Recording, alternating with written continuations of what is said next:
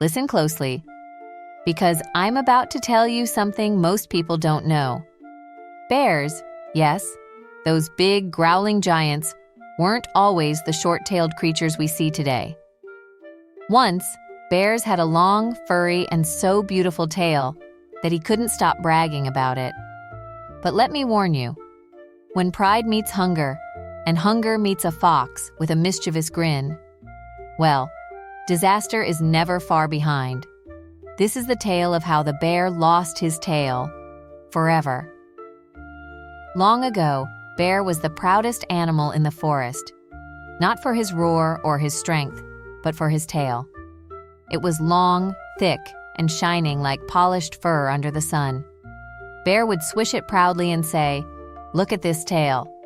Who can match me?" The other animals rolled their eyes. Squirrel muttered, "He talks about it every day."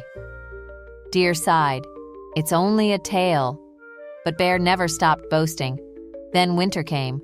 Snow smothered the forest, rivers froze, and food grew scarce.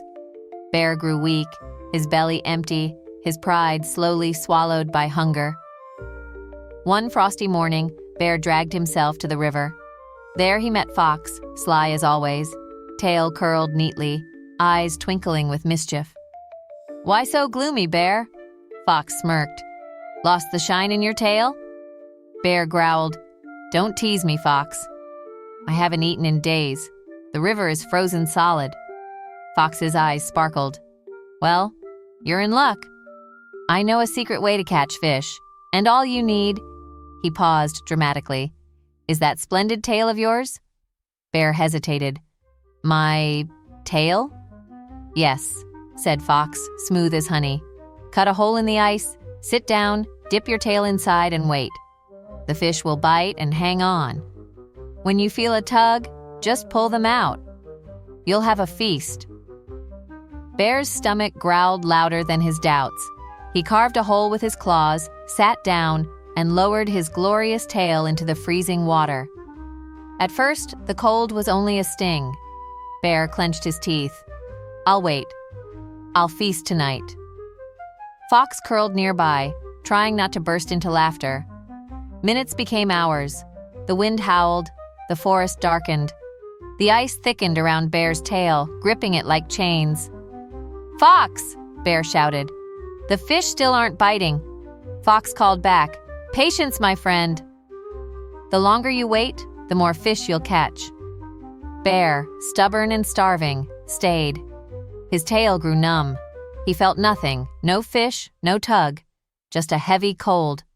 But in his mind, he imagined a dozen, 100 silver fish clinging to him.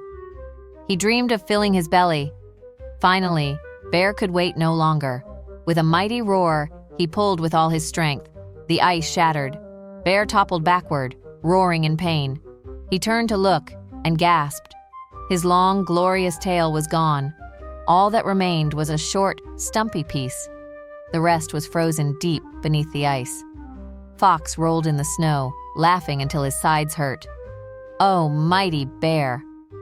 Where's your beautiful tail now? Was it tasty, eh?" Bear lunged at him, but Fox was already gone, vanishing into the night with laughter echoing through the forest.